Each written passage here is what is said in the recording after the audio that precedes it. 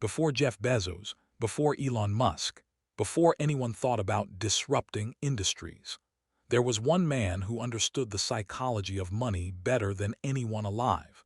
P.T. Barnum didn't just create circuses. He created empires from thin air. He turned controversy into cash, curiosity into capital, and most importantly, he wrote down exactly how he did it. In 1880, Barnum published The Art of Money Getting, not for the rich, not for the educated, but for ordinary people who wanted extraordinary results. These aren't modern theories.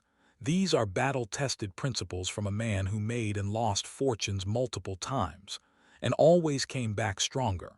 Here's the disturbing truth. Everything you think you know about making money is probably wrong. Barnum proved that 150 years ago, and his methods still work today while everyone else is chasing trends. The Oracle's voice doesn't just read books.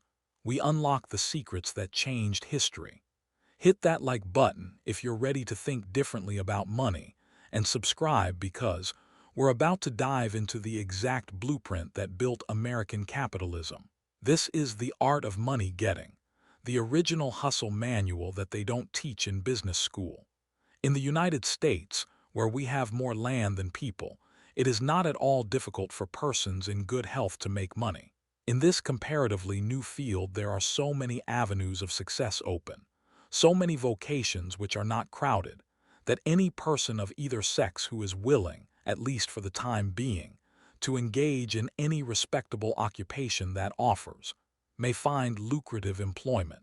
Those who really desire to attain an independence have only to set their minds upon it and adopt the proper means, as they do in regard to any other object which they wish to accomplish, and the thing is easily done. But however easy it may be found to make money, I have no doubt many of my hearers will agree it is the most difficult thing in the world to keep it. The road to wealth is, as Dr. Franklin truly says, as plain as the road to the mill. It consists simply in expending less than we earn. That seems to be a very simple problem. Mr. Micawber, one of those happy creations of the genial Dickens, puts the case in a strong light when he says that to have annual income of £20 per annum and spend £20 and sixpence is to be the most miserable of men, whereas to have an income of only £20 and spend but £19 and sixpence is to be the happiest of mortals. Many of my readers may say, "We understand this. This is economy, and we know economy is wealth. We know we can't eat our cake and keep it also." Yet I beg to say that perhaps more cases of failure arise from mistakes on this point than almost any other. The fact is, many people think they understand economy when they really do not. True economy is misapprehended, and people go through life without properly comprehending what that principle is. One says, "I have an income of so much, and here is my neighbor who has the same. Yet every year he gets something ahead and I fall short. Why is it? I know all about economy." He thinks he does, but he does not. There are men who think that economy consists in saving cheese parings and candle ends, in cutting off 2 pence from the laundress bill, and doing all sorts of little mean, dirty things. Economy is not meanness. The misfortune is, also, that this class of persons let their economy apply in only one direction. They fancy they are so wonderfully economical in saving a halfpenny where they ought to spend 2 pence, that they think they can afford to squander in other directions. A few years ago, before kerosene oil was discovered or thought of, one might stop overnight at almost any farmer's house in the agricultural districts and get a very good supper. But after supper, he might attempt to read in the sitting room, and would find it impossible with the inefficient light of one candle. The hostess, seeing his dilemma, would say, "It is rather difficult to read here evenings. The proverb says, 'You must have a ship at sea in order to be able to burn 2 candles at once.' We never have an extra candle except on extra occasions. These extra occasions occur, perhaps, twice a year. In this way the good woman saves $5, $6, or $10 in that time. But the information which might be derived from having the extra light would, of course, far outweigh a ton of candles. But the trouble does not end here. feeling that she is so economical in tallow candies. She thinks she can afford to go frequently to the village and spend $20 or $30 for ribbons and furbelows, many of which are not necessary. This false connote may frequently be seen in men of business, and in those instances it often runs to writing paper. You find good businessmen who save all the old envelopes and scraps and would not tear a new sheet of paper if they could avoid it for the world. This is all very well. They may in this way save $5 or $10 a year, but being so economical only in note paper, they think they can afford to waste time, to have expensive parties, and to drive their carriages. This is an illustration of Dr. Franklin's saving at the spigot and wasting at the bunghole, penny wise and pound foolish. Punch, in speaking of this one idea class of people, says, they are like the man who bought a penny herring for his family's dinner and then hired a coach and four to take it home. I never knew a man to succeed by practicing this kind of economy. True economy consists in always making the income exceed the outgo. Wear the old clothes a little longer if necessary. Dispense with the new pair of gloves. Mend the old dress. Live on plainer food if need be, so that under all circumstances, unless some unforeseen accident occurs, there will be a margin in favor of the income. A penny here and a dollar there placed at interest goes on accumulating, and in this way the desired result is attained. It requires some training, perhaps, to accomplish this economy, but when once used to it, you will find there is more satisfaction in rational saving than in irrational spending. Here is a recipe which I recommend. I have found it to work an excellent cure for extravagance, and especially for mistaken economy. When you find that you have no surplus at the end of the year, and yet have a good income, I advise you to take a few sheets of paper and form them into a book and mark down every item of expenditure. Post it every day or week in 2 columns, one headed necessaries or even comforts, and the other headed luxuries, and you will find that the latter column will be double, treble, and frequently 10 times greater than the former. The real comforts of life cost but a small portion of what most of us can earn. Dr. Franklin says, it is the eyes of others and not our own eyes which ruin us. If all the world were blind except myself, I should not care for fine clothes or furniture. It is the fear of what Mrs. Grundy may say that keeps the noses of many worthy families to the grindstone. In America, many persons like to repeat, we are all free and equal, but it is a great mistake in more senses than one. That we are born free and equal is a glorious truth in one sense, yet we are not all born equally rich, and we never shall be. One may say, there is a man who has an income of $50,000 per annum, while I have but $1,000. I knew that fellow when he was poor like myself. Now he is rich and thinks he is better than I am. I will show him that I am as good as he is. I will go and buy a horse and buggy.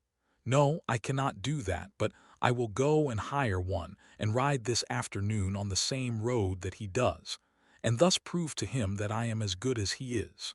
My friend, you need not take that trouble. You can easily prove that you are as good as he is. You have only to behave as well as he does, but you cannot make anybody believe that you are rich as he is. Besides, if you put on these airs, waste your time and spend your money, your poor wife will be obliged to scrub her fingers off at home and buy her tea 2 ounces at a time, and everything else in proportion, in order that you may keep up appearances, and after all deceive nobody. On the other hand, Mrs. Smith may say that her next-door neighbor married Johnson for his money, and everybody says so. She has a nice $1,000 camel's hair shawl, and she will make Smith get her an imitation one, and she will sit in a pew right next to her neighbor in church, in order to prove that she is her equal. My good woman, you will not get ahead in the world if your vanity and envy thus take the lead. In this country, where we believe the majority ought to rule, we ignore that principle in regard to fashion, and let a handful of people, calling themselves the aristocracy, run up a false standard of perfection, and in endeavoring to rise to that standard, we constantly keep ourselves poor. all the time digging away for the sake of outside appearances. How much wiser to be a law unto ourselves and say, we will regulate our outgo by our income and lay up something for a rainy day. People ought to be as sensible on the subject of money getting as on any other subject. Like causes produces like effects. You cannot accumulate a fortune by taking the road that leads to poverty. It needs no prophet to tell us that those who live fully up to their means, without any thought of a reverse in this life, can never attain a pecuniary independence. Men and women accustomed to gratify every whim and caprice will find it hard, at first, to cut down their various unnecessary expenses, and will feel it a great self-denial to live in a smaller house than they have been accustomed to, with less expensive furniture, less company, less costly clothing, fewer servants, a less number of balls, parties, theater goings, carriage ridings, pleasure excursions, cigar smokings, liquor drinkings, and other extravagances. But after all, if they will try the plan of laying by a nest egg, or, in other words, a small sum of money at interest or judiciously invested in land, they will be surprised at the pleasure to be derived from constantly adding to their little pile, as well as from all the economical habits which are engendered by this course. The old suit of clothes and the old bonnet and dress will answer for another season. The Croton or spring water taste better than champagne. A cold bath and a brisk walk will prove more exhilarating than a ride in the finest coach. A social chat, an evening's reading in the family circle, or an hour's play of Hunt the Slipper and Blind Man's Buff will be far more pleasant than a $50 or $500 party, when the reflection on the difference in cost is indulged in by those who begin to know the pleasures of saving. Thousands of men are kept poor, and tens of thousands are made so after they have acquired quite sufficient to support them well through life, in consequence of laying their plans of living on too broad a platform. Some families expend $20,000 per annum, and some much more, and would scarcely know how to live on less, while others secure more solid enjoyment frequently on a 20th part of that amount. Prosperity is a more severe ordeal than adversity, especially sudden prosperity. Easy come, easy go is an old and true proverb. A spirit of pride and vanity, when permitted to have full sway, is the undying cankerworm which gnaws the very vitals of a man's worldly possessions, let them be small or great, hundreds or millions. Many persons, as they begin to prosper, immediately expand their ideas and commence expending for luxuries, until in a short time their expenses swallow up their income, and they become ruined in their ridiculous attempts to keep up appearances and make a sensation. I know a gentleman of fortune who says that when he first began to prosper, his wife would have a new and elegant sofa. That sofa, he says, cost me $30,000.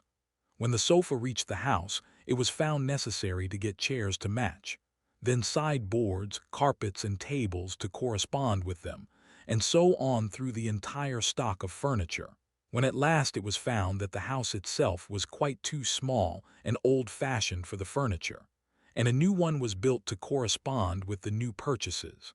Thus, added my friend, summing up an outlay of $30,000 caused by that single sofa, and saddling on me in the shape of servants, equipage, and the necessary expenses attendant upon keeping up a fine establishment, a yearly outlay of $11,000, and a tight pinch at that. Whereas 10 years ago we lived with much more real comfort, because with much less care, on as many hundreds. The truth is, he continued, that sofa would have brought me to inevitable bankruptcy, had not a most unexampled title to prosperity kept me above it, and had I not checked the natural desire to cut a dash. The foundation of success in life is good health. That is the substratum fortune. It is also the basis of happiness. A person cannot accumulate a fortune very well when he is sick. He has no ambition, no incentive, no force. Of course, there are those who have bad health and cannot help it. You cannot expect that such persons can accumulate wealth, but there are a great many in poor health who need not be so. If then, sound health is the foundation of success and happiness in life, how important it is that we should study the laws of health, which is but another expression for the laws of nature. The nearer we keep to the laws of nature, the nearer we are to good health. And yet how many persons there are who pay no attention to natural laws, but absolutely transgress them, even against their own natural inclination. We ought to know that the sin of ignorance is never winked at in regard to the violation of nature's laws. Their infraction always brings the penalty. A child may thrust its finger into the flames without knowing it will burn, and so suffers. Repentance even will not stop the smart. Many of our ancestors knew very little about the principle of ventilation. They did not know much about oxygen, whatever other gin they might have been acquainted with, and consequently they built their houses with little 7 by 9 feet bedrooms. And these good old pious Puritans would lock themselves up in one of these cells, say their prayers and go to bed. In the morning they would devoutly return thanks for the preservation of their lives during the night, and nobody had better reason to be thankful. Probably some big crack in the window or in the door let in a little fresh air and thus saved them. Many persons knowingly violate the laws of nature against their better impulses for the sake of fashion. For instance, there is one thing that nothing living except a vile worm ever naturally loved, and that is tobacco. Yet how many persons there are who deliberately train an unnatural appetite and overcome this implanted aversion for tobacco to such a degree that they get to love it. They have got hold of a poisonous, filthy weed, or rather that takes a firm hold of them. Here are married men who run about spitting tobacco juice on the carpet and floors, and sometimes even upon their wives besides. They do not kick their wives out of doors like drunken men, but their wives, I have no doubt, often wish they were outside of the house. Another perilous feature is that this artificial appetite, like jealousy, grows by what it feeds on. When you love that which is unnatural, a stronger appetite is created for the hurtful thing than the natural desire for what is harmless. There is an old proverb which says that habit is second nature, but an artificial habit is stronger than nature. Take, for instance, an old tobacco chewer. His love for the quid is stronger than his love for any particular kind of food. He can give up roast beef easier than give up the weed. Young lads regret that they are not men. They would like to go to bed boys and wake up men, and to accomplish this they copy the bad habits of their seniors. Little Tommy and Johnny see their fathers or uncles smoke a pipe, and they say, "If I could only do that, I would be a man too. Uncle John has gone out and left his pipe of tobacco. Let us try it." They take a match and light it, and then puff away. "We will learn to smoke. Do you like it, Johnny?" That lad dolefully replies, "Not very much. It tastes bitter." By and by he grows pale, but he persists, and he soon offers up a sacrifice on the altar of fashion. But the boys stick to it and persevere until at last they conquer their natural appetites and become the victims of acquired tastes. I speak by the book, for I have noticed its effects on myself, having gone so far as to smoke 10 or 15 cigars a day, although I have not used the weed during the last 14 years and never shall again. The more a man smokes, the more he craves smoking. The last cigar smoked simply excites the desire for another, and so on incessantly. Take the tobacco chewer. In the morning when he gets up, he puts a quid in his mouth and keeps it there all day, never taking it out except to exchange it for a fresh one, or when he is going to eat. Oh, yes, at intervals during the day and evening, many a chewer takes out the quid and holds it in his hand long enough to take a drink, and then pop it goes back again. This simply proves that the appetite for rum is even stronger than that for tobacco. When the tobacco chewer goes to your country seat, and you show him your grapery and fruit house, and the beauties of your garden when you offer him some fresh, ripe fruit and say, "My friend, I have got here the most delicious apples, and pears and peaches and apricots. I have imported them from Spain, France, and Italy. Just see those luscious grapes. There is nothing more delicious nor more healthy than ripe fruit, so help yourself. I want to see you delight yourself with these things." He will roll the dear quid under his tongue and answer, "No, I thank you, I have got tobacco in my mouth." His palate has become narcotized by the noxious weed, and he has lost, in a great measure, the delicate and enviable taste for fruits. This shows what expensive, useless, and injurious habits men will get into. I speak from experience. I have smoked until I trembled like an aspen leaf. The blood rushed to my head, and I had a palpitation of the heart which I thought was heart disease, till I was almost killed with fright. When I consulted my physician, he said, "Break off tobacco using." I was not only injuring my health and spending a great deal of money, but I was setting a bad example. I obeyed his counsel. No young man in the world ever looked so beautiful, as he thought he did, behind a 15-cent cigar or a meerschaum. These remarks apply with tenfold force to the use of intoxicating drinks. To make money requires a clear brain. A man has got to see that 2 and 2 make 4. He must lay all his plans with reflection and forethought, and closely examine all the details and the ins and outs of business. As no man can succeed in business unless he has a brain to enable him to lay his plans, and reason to guide him in their execution.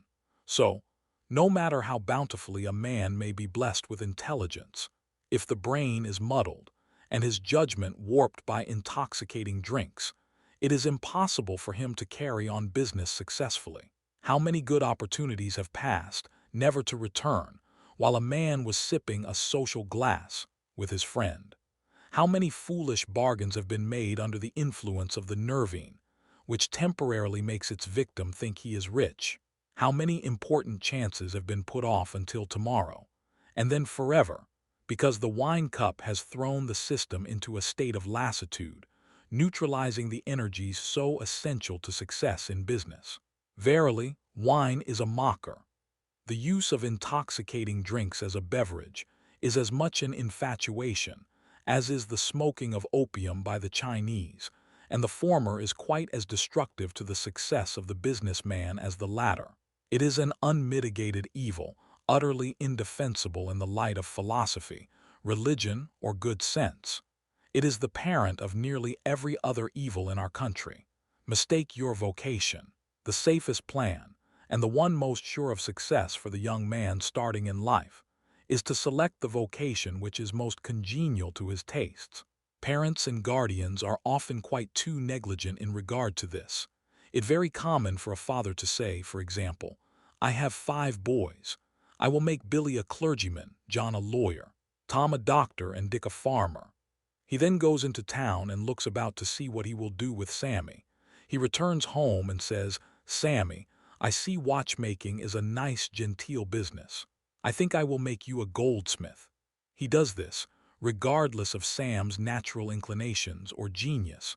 We are all, no doubt, born for a wise purpose. There is as much diversity in our brains as in our countenances.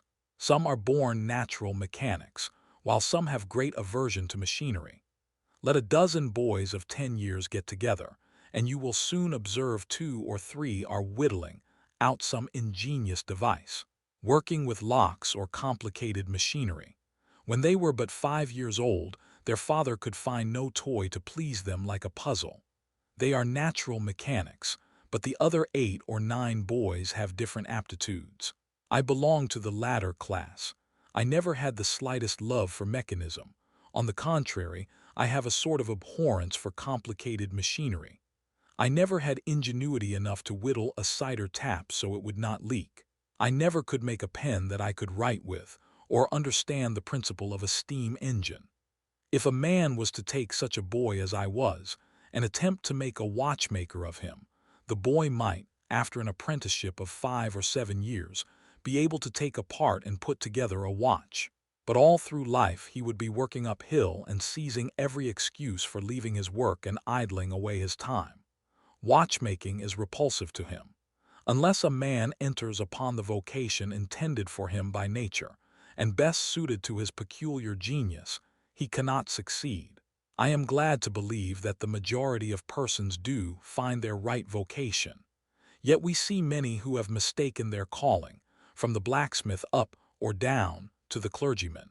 You will see, for instance, that extraordinary linguist, the learned blacksmith, who ought to have been a teacher of languages, and you may have seen lawyers, doctors and clergymen who were better fitted by nature for the anvil or the lapstone. Select the right location. After securing the right vocation, you must be careful to select the proper location.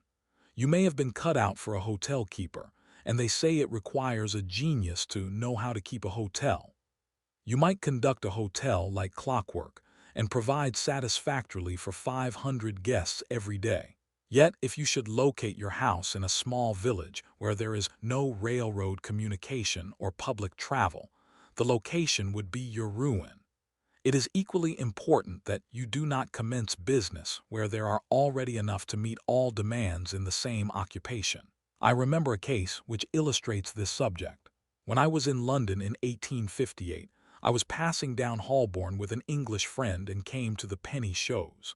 They had immense cartoons outside, portraying the wonderful curiosities to be seen, all for a penny.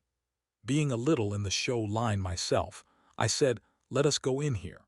We soon found ourselves in the presence of the illustrious showman, and he proved to be the sharpest man in that line I had ever met.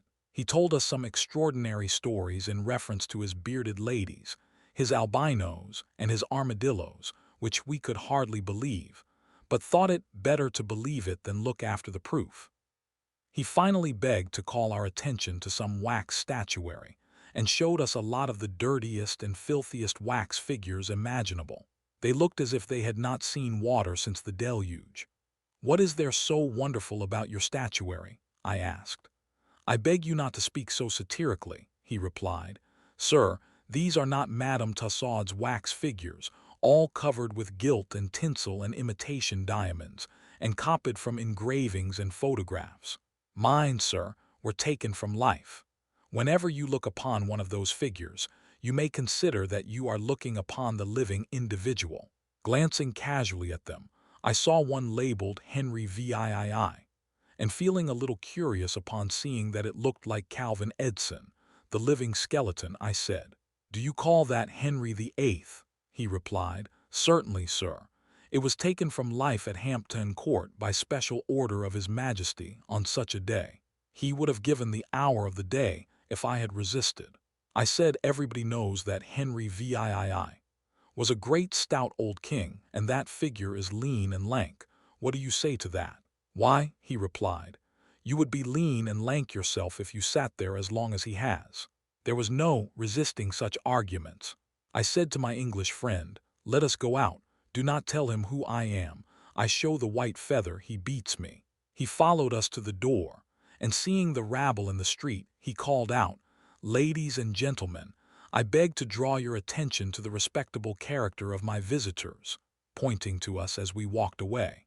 I called upon him a couple of days afterwards, told him who I was, and said, "My friend, you are an excellent showman, but you have selected a bad location." He replied, "This is true, sir.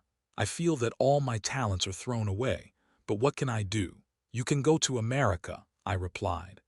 "You can give full play to your faculties over there. You will find plenty of elbow room in America. I will engage you for 2 years. After that, you will be able to go on your own account." He accepted my offer and remained 2 years in my New York museum. He then went to New Orleans and carried on a traveling show business during the summer. Today he is worth $60,000, simply because he selected the right vocation and also secured the proper location. The old proverb says, 3 removes are as bad as a fire. But when a man is in the fire, it matters but little how soon or how often he removes. Avoid debt. Young men starting in life should avoid running into debt. There is scarcely anything that drags a person down like debt. It is a slavish position to get in, yet we find many a young man, hardly out of his teens, running in debt. He meets a chum and says, "Look at this. I have got trusted for a new suit of clothes." He seems to look upon the clothes as so much given to him. Well, it frequently is so, but if he succeeds in paying and then gets trusted again, he is adopting a habit which will keep him in poverty through life. Debt robs a man of his self-respect and makes him almost despise himself. Grunting and groaning and working for what he has eaten up or worn out, and now when he is called upon to pay up, he has nothing to show for his money. This is properly termed working for a dead horse. I do not speak of merchants buying and selling on credit, or of those who buy on credit in order to turn the purchase to a profit. The old Quaker said to his farmer son, "John, never get trusted, but if thee gets trusted for anything, let it be for manure, because that will help thee pay it back again." Mr. Beecher advised young men to get in debt if they could to a small amount in the purchase of land in the country districts. If a young man, he says, will only get in debt for some land and then get married, these two things will keep him straight, or nothing will. This may be safe to a limited extent, but getting in debt for what you eat and drink and wear is to be avoided. Some families have a foolish habit of getting credit at the stores, and thus frequently purchase many things which might have been dispensed with. It is all very well to say, "I have got trusted for 60 days, and if I don't have the money, the creditor will think nothing about it." There is no class of people in the world who have such good memories as creditors.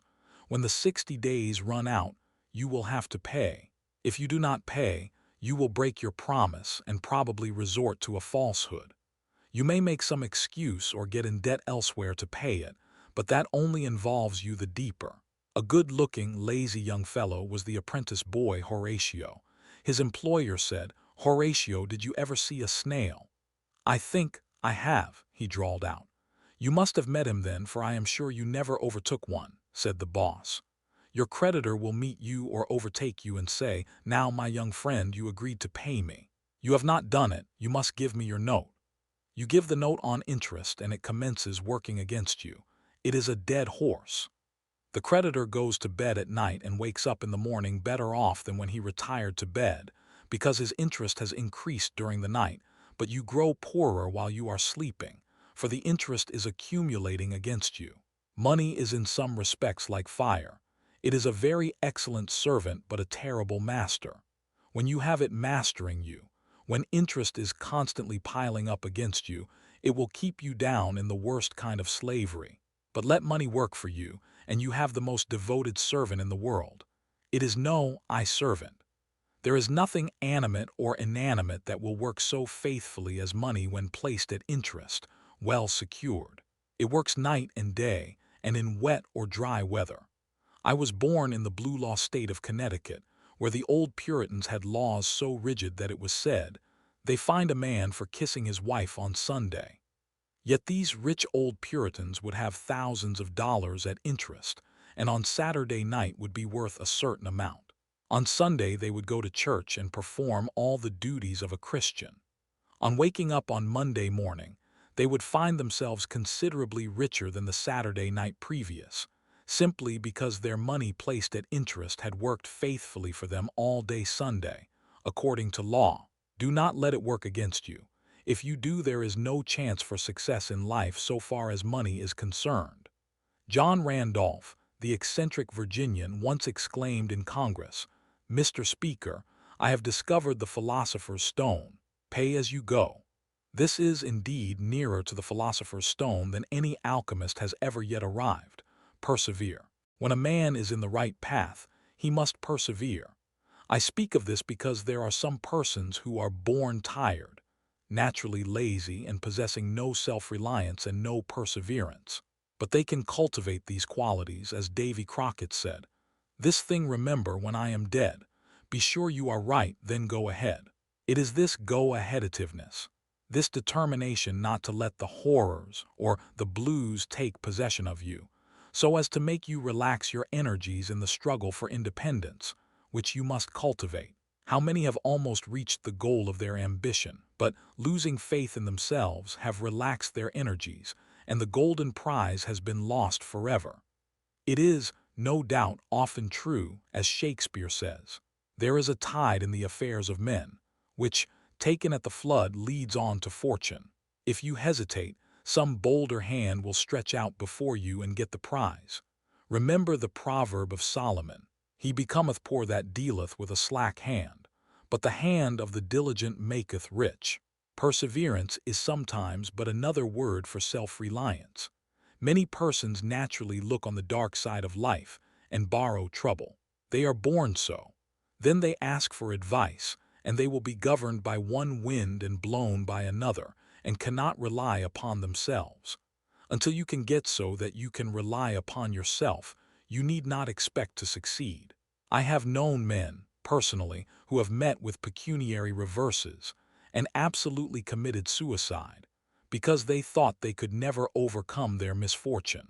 But I have known others who have met more serious financial difficulties and have bridged them over by simple perseverance, aided by a firm belief that they were doing justly and that providence would overcome evil with good. You will see this illustrated in any sphere of life.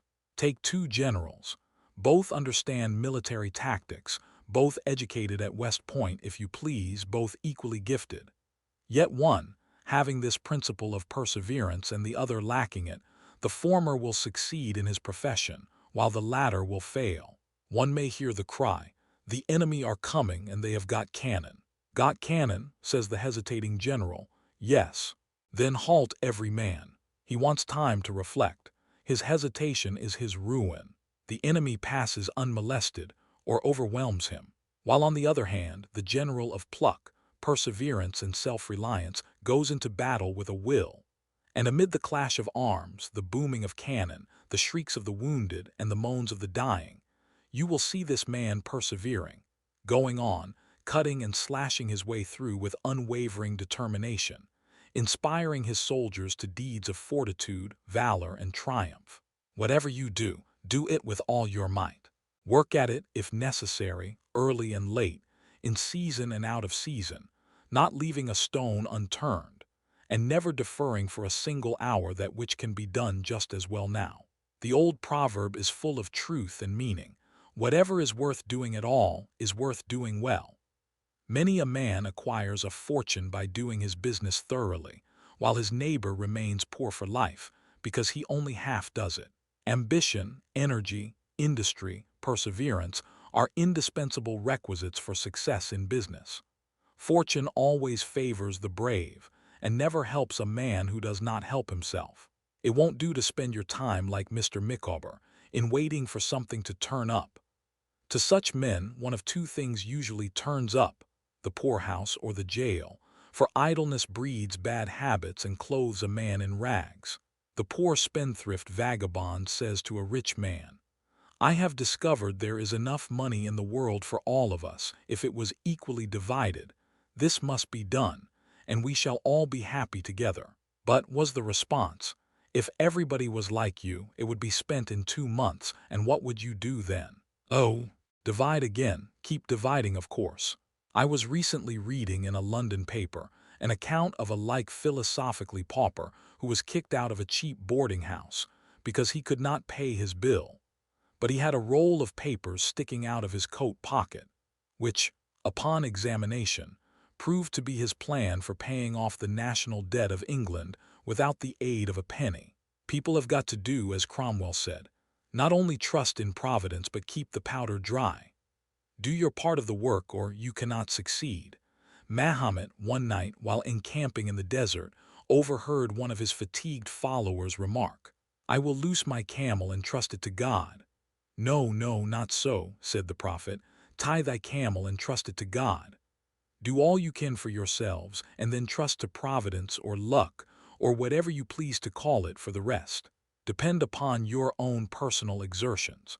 The eye of the employer is often worth more than the hands of a dozen employees. In the nature of things, an agent cannot be so faithful to his employer as to himself. Many who are employers will call to mind instances where the best employees have overlooked important points, which could not have escaped their own observation as a proprietor.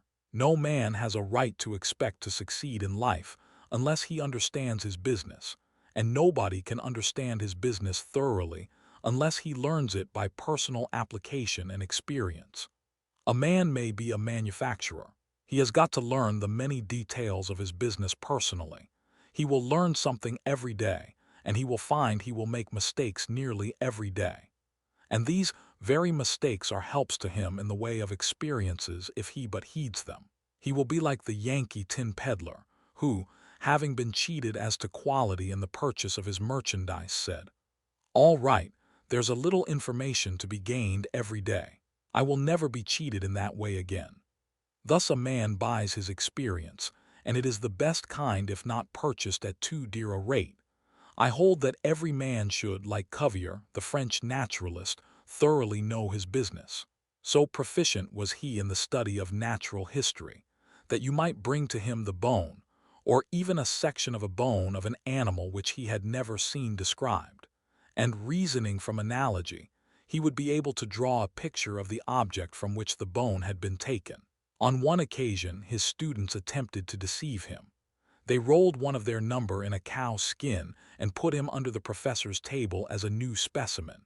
When the philosopher came into the room, some of the students asked him what animal it was. Suddenly the animal said, "I am the devil and I am going to eat you." It was but natural that Cuvier should desire to classify this creature, and examining it intently, he said, "Divided hoof, graminivorous. It cannot be done." He knew that an animal with a split hoof must live upon grass and grain or other kind of vegetation, and would not be inclined to eat flesh, dead or alive, so he considered himself perfectly safe. The possession of a perfect knowledge of your business is an absolute necessity in order to ensure success. Among the maxims of the elder Rothschild was one, all apparent paradox: be cautious and bold. This seems to be a contradiction in terms, but it is not, and there is great wisdom in the maxim. It is, in fact, a condensed statement of what I have already said. It is to say, you must exercise your caution in laying your plans, but be bold in carrying them out. A man who is all caution will never dare to take hold and be successful, and a man who is all boldness is merely reckless and must eventually fail. A man may go on 'change and make $50,000 or $100,000 in speculating in stocks at a single operation. But if he has simple boldness without caution, it is mere chance, and what he gains today he will lose tomorrow. You must have both the caution and the boldness to ensure success. The Rothschilds have another maxim: never have anything to do with an unlucky man or place. That is to say, never have anything to do with a man or place which never succeeds, because, although a man may appear to be honest and intelligent, yet if he tries this or that thing and always fails, it is on account of some fault or infirmity that you may not be able to discover, but nevertheless which must exist. There is no such thing in the world as luck. There never was a man who could go out in the morning and find a purse full of gold in the street today, and another tomorrow, and so on, day after day. He may do so once in his life, but so far as mere luck is concerned, he is as liable to lose it as to find it. Like causes produce like effects. If a man adopts the proper methods to be successful, luck will not prevent him. If he does not succeed, there are reasons for it, although perhaps he may not be able to see them. Use the best tools. Men in engaging employees should be careful to get the best. Understand, you cannot have too good tools to work with, and there is no tool you should be so particular about as living tools. If you get a good one, it is better to keep him than keep changing. He learns something every day, and you are benefited by the experience he acquires. He is worth more to you this year than last, and he is the last man to part with, provided his habits are good and he continues faithful. If, as he gets more valuable, he demands an exorbitant increase of salary, on the supposition that you can't do without him, let him go. Whenever I have such an employee, I always discharge him. First, to convince him that his place may be supplied, and second, because he is good for nothing if he thinks he is invaluable and cannot be spared.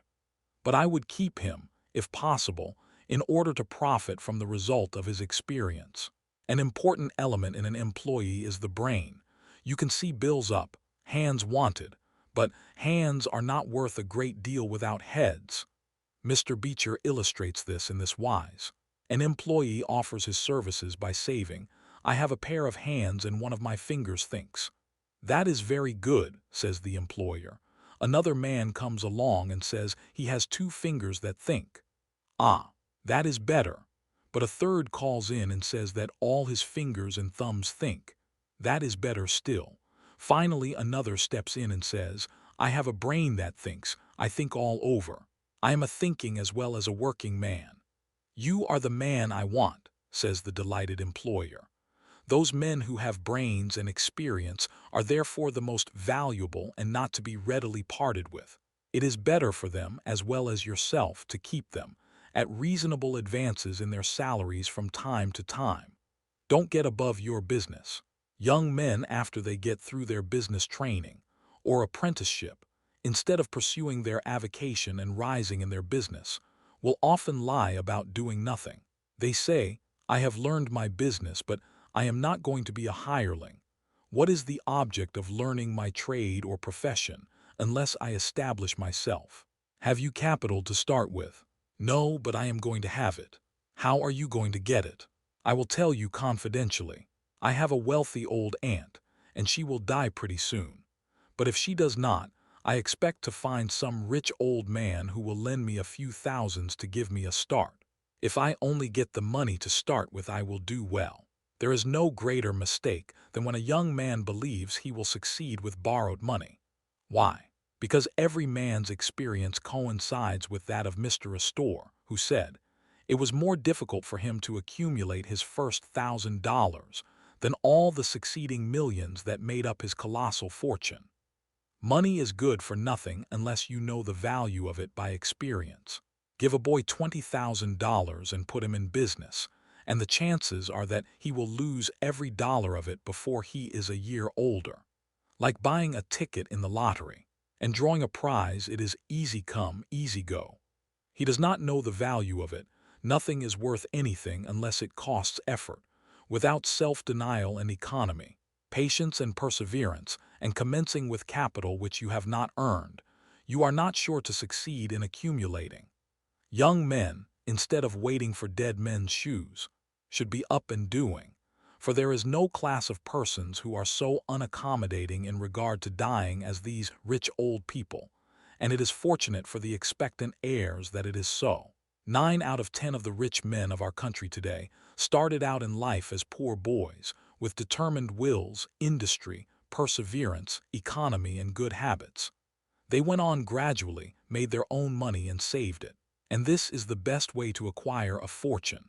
Stephen Girard started life as a poor cabin boy and died worth $9 million. A.T. Stewart was a poor Irish boy, and he paid taxes on $1.5 million of income per year. John Jacob Astor was a poor farmer boy and died worth 20 millions. Cornelius Vanderbilt began life rowing a boat from Staten Island to New York. He presented our government with a steamship worth $1 million and died worth 50 million. There is no royal road to learning, says the proverb, and I may say it is equally true. There is no royal road to wealth. But I think there is a royal road to both. The road to learning is a royal one, the road that enables the student to expand his intellect and add every day to his stock of knowledge, until, in the pleasant process of intellectual growth, he is able to solve the most profound problems, to count the stars, to analyze every atom of the globe, and to measure the firmament. This is a regal highway, and it is the only road worth traveling. So in regard to wealth, go on in confidence, study the rules, and above all things, study human nature, for the proper study of mankind is man. And you will find that while expanding the intellect and the muscles, your enlarged experience will enable you every day to accumulate more and more principle, which will increase itself by interest and otherwise, until you arrive at a state of independence. You will find as a general thing that the poor boys get rich and the rich boys get poor. For instance, a rich man at his decease leaves a large estate to his family. His eldest sons, who have helped him earn his fortune, know by experience the value of money, and they take their inheritance and add to it. The separate portions of the young children are placed at interest, and the little fellows are patted on the head and told a dozen times a day, "You are rich. You will never have to work. You can always have whatever you wish, for you were born with a golden spoon in your mouth." The young heir soon finds out what that means. He has the finest dresses and playthings. He is crammed with sugar candies and almost killed with kindness. And he passes from school to school, petted and flattered. He becomes arrogant and self-conceited, abuses his teachers, and carries everything with a high hand. He knows nothing of the real value of money, having never earned any, but he knows all about the golden spoon business. At college, he invites his poor fellow students to his room, where he wines and dines them. He is cajoled and caressed, and called a glorious good fellow, because he is so lavish of his money. He gives his game suppers, drives his fast horses, invites his chums to fetes and parties, determined to have lots of good times. He spends the night in frolics and debauchery, and leads off his companions with the familiar song, "We won't go home till morning." He gets them to join him in pulling down signs, taking gates from their hinges and throwing them into backyards and horse ponds. If the police arrest them, he knocks them down, is taken to the lockup, and joyfully foots the bills. "Ah, my boys," he cries, "what is the use of being rich if you can't enjoy yourself?" He might more truly say, if you can't make a fool of yourself. But he is fast, hates slow things, and doesn't see it. Young men loaded down with other people's money are almost sure to lose all they inherit, and they acquire all sorts of bad habits which, in the majority of cases, ruin them in health, purse, and character. In this country, one generation follows another, and the poor of today are rich in the next generation, or the third. Their experience leads them on, and they become rich, and they leave vast riches to their young children. These children, having been reared in luxury, are inexperienced and get poor. And after long experience, another generation comes on and gathers up riches again in turn. And thus, history repeats itself, and happy is he who by listening to the experience of others avoids the rocks and shoals on which so many have been wrecked. In England, the business makes the man. If a man in that country is a mechanic or working man, he is not recognized as a gentleman. On the occasion of my first appearance before Queen Victoria, the Duke of Wellington asked me what sphere in life General Tom Thumb's parents were in. "His father is a carpenter," I replied. "Oh, I had heard he was a gentleman," was the response of his grace. In this republican country the man makes the business. No matter whether he is a blacksmith, a shoemaker, a farmer, banker, or lawyer, so long as his business is legitimate, he may be a gentleman. So any legitimate business is a double blessing. It helps the man engaged in it, and also helps others. The farmer supports his own family, but he also benefits the merchant or mechanic who needs the products of his farm. The tailor not only makes a living by his trade, but he also benefits the farmer, the clergyman, and others who cannot make their own clothing. But all these classes often may be gentlemen. The great ambition should be to excel all others engaged in the same occupation. The college student who was about graduating said to an old lawyer, "I have not yet decided which profession I will follow." "Is your profession full?" "The basement is much crowded, but there is plenty of room upstairs," was the witty and truthful reply. No profession, trade, or calling is overcrowded in the upper story. Wherever you find the most honest and intelligent merchant or banker, or the best lawyer, the best doctor, the best clergyman, the best shoemaker, carpenter, or anything else, that man is most sought for, and has always enough to do. As a nation, Americans are too superficial. They are striving to get rich quickly, and do not generally do their business as substantially and thoroughly as they should. But whoever excels all others in his own line, if his habits are good and his integrity undoubted, cannot fail to secure abundant patronage, and the wealth that naturally follows. Let your motto then always be Excelsior, for by living up to it there is no such word as fail. Learn something useful. Every man should make his son or daughter learn some useful trade or profession, so that in these days of changing fortunes, of being rich today and poor tomorrow, they may have something tangible to fall back upon. This provision might save many persons from misery, who by some unexpected turn of fortune have lost all their means. Let hope predominate, but be not too visionary. Many persons are always kept poor because they are too visionary. Every project looks to them like certain success, and therefore they keep changing from one business to another, always in hot water, always under the harrow.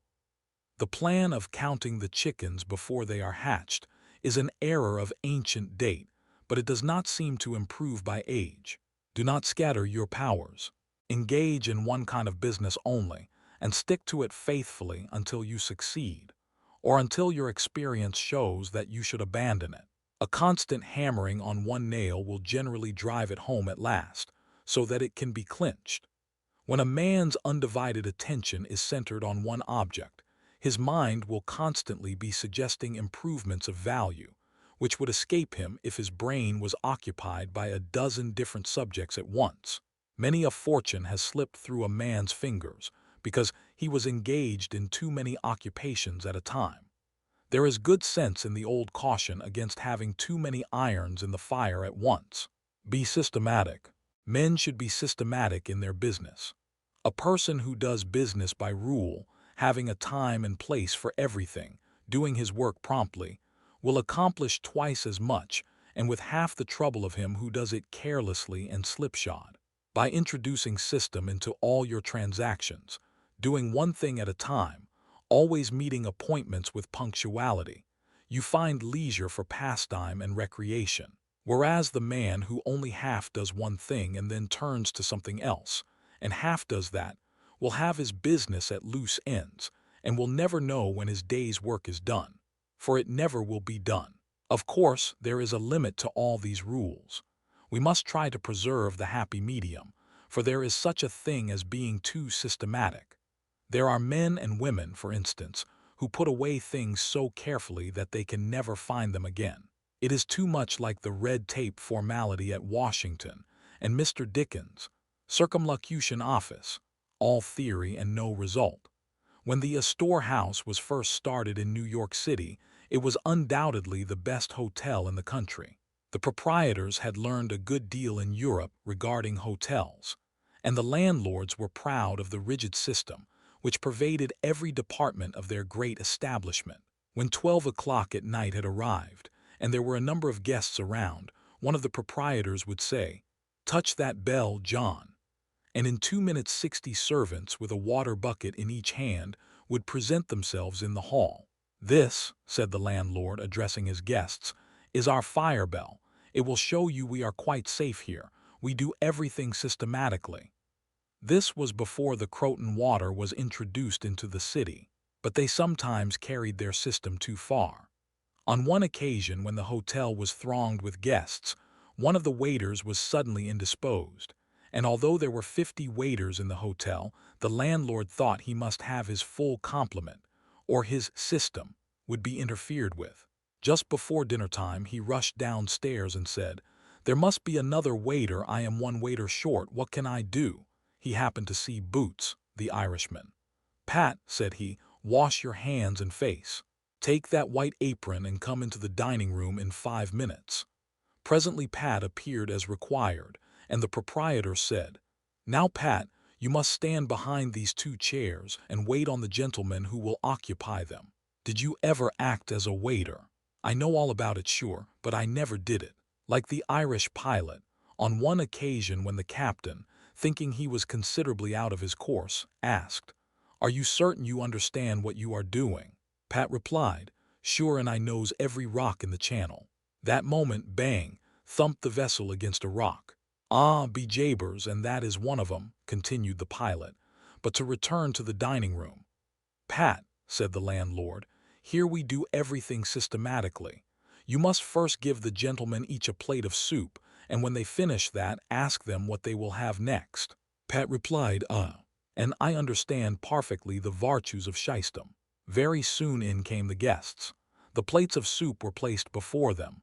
One of Pat's 2 gentlemen ate his soup, the other did not care for it. He said, "Waiter, take this plate away and bring me some fish." Pat looked at the untasted plate of soup, and remembering the instructions of the landlord in regard to system, replied, "Not till you have ate your soup." Of course that was carrying system entirely too far. Read the newspapers. Always take a trustworthy newspaper, and thus keep thoroughly posted in regard to the transactions of the world.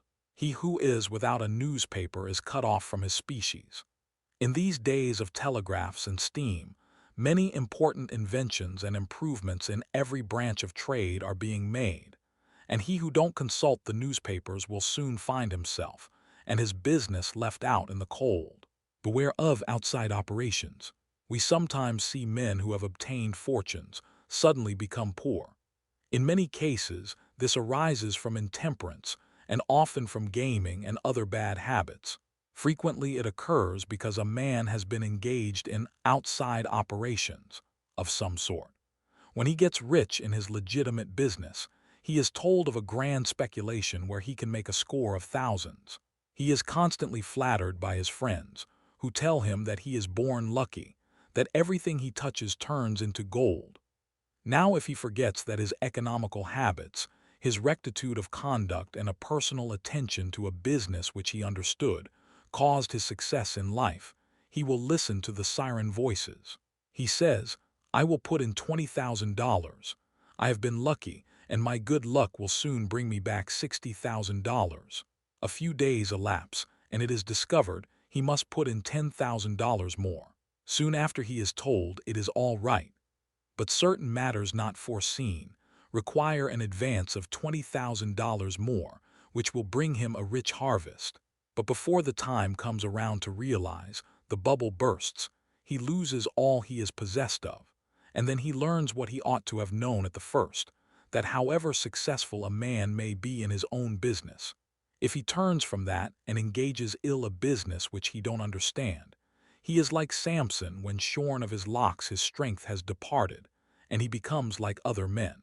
If a man has plenty of money, he ought to invest something in everything that appears to promise success, and that will probably benefit mankind. But let the sums thus invested be moderate in amount, and never let a man foolishly jeopardize a fortune that he has earned in a legitimate way, by investing it in things in which he has had no experience. Don't INDORSE without security. I hold that no man ought ever to endorse a note or become security. For any man, be it his father or brother, to a greater extent than he can afford to lose and care nothing about, without taking good security. Here is a man that is worth $20,000. He is doing a thriving manufacturing or mercantile trade. You are retired and living on your money. He comes to you and says, "You are aware that I am worth $20,000 and don't owe a dollar. If I had $5,000 in cash, I could purchase a particular lot of goods and double my money in a couple of months. Will you endorse my note for that amount?"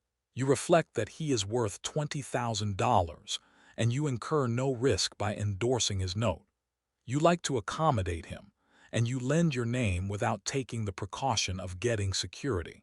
Shortly after, he shows you the note with your endorsement canceled and tells you, probably truly, that he made the profit that he expected by the operation. You reflect that you have done a good action, and the thought makes you feel happy. By and by, the same thing occurs again, and you do it again. You have already fixed the impression in your mind that it is perfectly safe to endorse his notes without security. But the trouble is, this man is getting money too easily. He has only to take your note to the bank, get it discounted, and take the cash. He gets money for the time being without effort, without inconvenience to himself. Now mark the result. He sees a chance for speculation outside of his business. A temporary investment of only $10,000 is required. It is sure to come back before a note at the bank would be due. He places a note for that amount before you. You sign it almost mechanically. Being firmly convinced that your friend is responsible and trustworthy, you endorse his notes as a matter of course. Unfortunately, the speculation does not come to a head quite so soon as was expected, and another $10,000 note must be discounted to take up the last one when due. Before this note matures, the speculation has proved an utter failure and all the money is lost.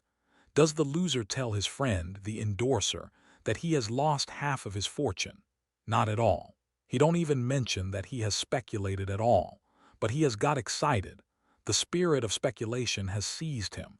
He sees others making large sums in this way. We seldom hear of the losers, and like other speculators, he looks for his money where he loses it. He tries again.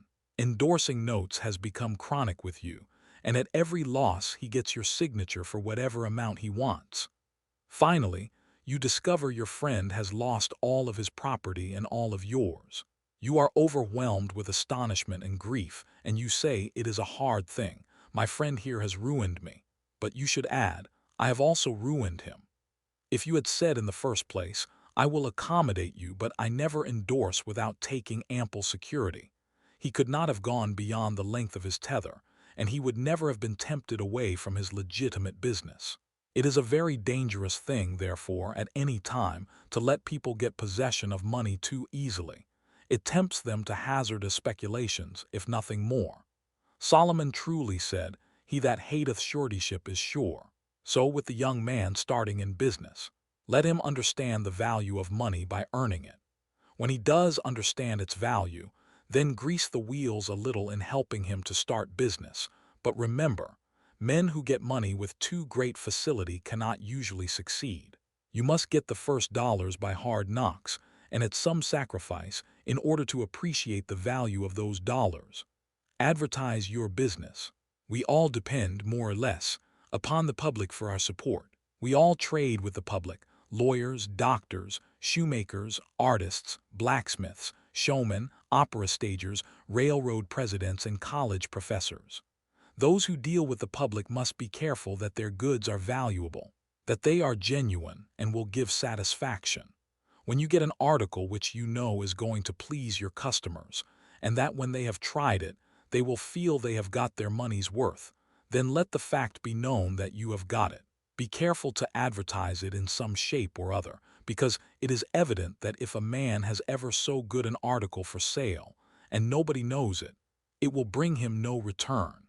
In a country like this, where nearly everybody reads, and where newspapers are issued and circulated in editions of 5,000 to 200,000, it would be very unwise if this channel was not taken advantage of to reach the public in advertising. A newspaper goes into the family and is read by wife and children, as well as the head of the home.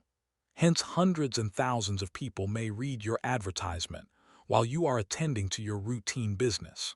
Many perhaps read it while you are asleep. The whole philosophy of life is first sow, then reap. That is the way the farmer does. He plants his potatoes and corn and sows his grain and then goes about something else, and the time comes when he reaps. But he never reaps first and sows afterwards. This principle applies to all kinds of business, and to nothing more eminently than to advertising. If a man has a genuine article, there is no way in which he can reap more advantageously than by sowing to the public in this way. He must, of course, have a really good article, and one which will please his customers. Anything spurious will not succeed permanently, because the public is wiser than many imagine. Men and women are selfish, and we all prefer purchasing where we can get the most for our money, and we try to find out where we can most surely do so. You may advertise a spurious article and induce many people to call and buy at once, but they will denounce you as an impostor and swindler, and your business will gradually die out and leave you poor. This is right. Few people can safely depend upon chance custom. You all need to have your customers return and purchase again. A man said to me, "I have tried advertising and did not succeed, yet I have a good article." I replied, "My friend, there may be exceptions to a general rule, but how do you advertise?" "I put it in a weekly newspaper 3 times and paid $1.50 for it." I replied, "Sir, advertising is like learning. A little is a dangerous thing." A French writer says that the reader of a newspaper does not see the first mention of an ordinary advertisement. The second insertion he sees, but does not read. The third insertion he reads. The fourth insertion he looks at the price. The fifth insertion he speaks of it to his wife. The sixth insertion he is ready to purchase, and the seventh insertion he purchases. Your object in advertising is to make the public understand what you have got to sell, and if you have not the pluck to keep advertising until you have imparted that information, all the money you have spent is lost. You are like the fellow who told the gentleman if he would give him 10 cents, it would save him $1. "How can I help you so much with so small a sum?" asked the gentleman in surprise. "I started out this morning," hiccuped the fellow with the full determination to get drunk, "and I have spent my only dollar to accomplish the object, and it has not quite done it. 10 cents worth more of whiskey would just do it, and in this manner I should save the dollar already expended. So a man who advertises at all must keep it up until the public know who and what he is, and what his business is, or else the money invested in advertising is lost. Some men have a peculiar genius for writing a striking advertisement, one that will arrest the attention of the reader at first sight. This fact, of course, gives the advertiser a great advantage. Sometimes a man makes himself popular by an unique sign or a curious display in his window. Recently, I observed a swing sign extending over the sidewalk in front of a store, on which was the inscription in plain letters, "Don't read the other side." Of course I did, and so did everybody else, and I learned that the man had made all independence by first attracting the public to his business in that way, and then using his customers well afterwards. Genin, the hatter, bought the first Jenny Lind ticket at auction for $225 because he knew it would be a good advertisement for him. "Who is the bidder?" said the auctioneer, as he knocked down that ticket at Castle Garden. "Genin, the hatter," was the response. Here were thousands of people from the Fifth Avenue and from distant cities in the highest stations in life. "Who is Genin, the hatter?" they exclaimed. They had never heard of him before. The next morning, the newspapers and telegraph had circulated the facts from Maine to Texas, and from 5 to 10 millions off people had read that the tickets sold at auction for Jenny Lind's first concert amounted to about $20,000, and that a single ticket was sold at $225. To Genin, the hatter, men throughout the country involuntarily took off their hats to see if they had a Genin hat on their heads. At a town in Iowa, it was found that in the crowd around the post office, there was one man who had a Genin hat, and he showed it in triumph, although it was worn out and not worth 2 cents. "Why," one man exclaimed, "you have a real Genin hat. What a lucky fellow you are." Another man said, "Hang on to that hat. It will be a valuable heirloom in your family." Still another man in the crowd, who seemed to envy the possessor of this good fortune, said, "Come, give us all a chance. Put it up at auction." He did so, and it was sold as a keepsake for $9.50. What was the consequence to Mr. Genin? He sold 10,000 extra hats per annum the first 6 years. 9/10 of the purchasers bought of him, probably out of curiosity, and many of them, finding that he gave them an equivalent for their money, became his regular customers. This novel advertisement first struck their attention, and then, as he made a good article, they came again. Now I don't say that everybody should advertise as Mr. Genin did, but I say if a man has got goods for sale, and he don't advertise them in some way, the chances are that someday the sheriff will do it for him. Nor do I say that everybody must advertise in a newspaper, or indeed use printer's ink at all. On the contrary, although that article is indispensable in the majority of cases, yet doctors and clergymen, and sometimes lawyers and some others, can more effectually reach the public in some other manner. But it is obvious they must be known in some way, else how could they be supported? Be polite and kind to your customers. Politeness and civility are the best capital ever invested in business. Large stores, gilt signs, flaming advertisements will all prove unavailing if you or your employees treat your patrons abruptly. The truth is, the more kind and liberal a man is, the more generous will be the patronage bestowed upon him. Like begets like. The man who gives the greatest amount of goods of a corresponding quality for the least sum, still reserving for himself a profit, will generally succeed best in the long run. This brings us to the golden rule: as ye would that men should do to you, do ye also to them, and they will do better by you than if you always treated them as if you wanted to get the most you could out of them for the least return. Men who drive sharp bargains with their customers, acting as if they never expected to see them again, will not be mistaken. They will never see them again as customers. People don't like to pay and get kicked also.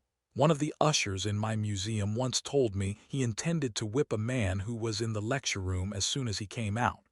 "What for?" I inquired. "Because he said I was no gentleman," replied the usher. "Never mind," I replied. "He pays for that, and you will not convince him you are a gentleman by whipping him.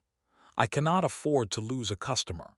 If you whip him, he will never visit the museum again, and he will induce friends to go with him to other places of amusement instead of this, and thus you see, I should be a serious loser."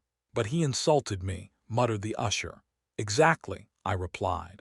"And if he owned the museum and you had paid him for the privilege of visiting it, and he had then insulted you, there might be some reason in your resenting it, but in this instance he is the man who pays while we receive, and you must therefore put up with his bad manners."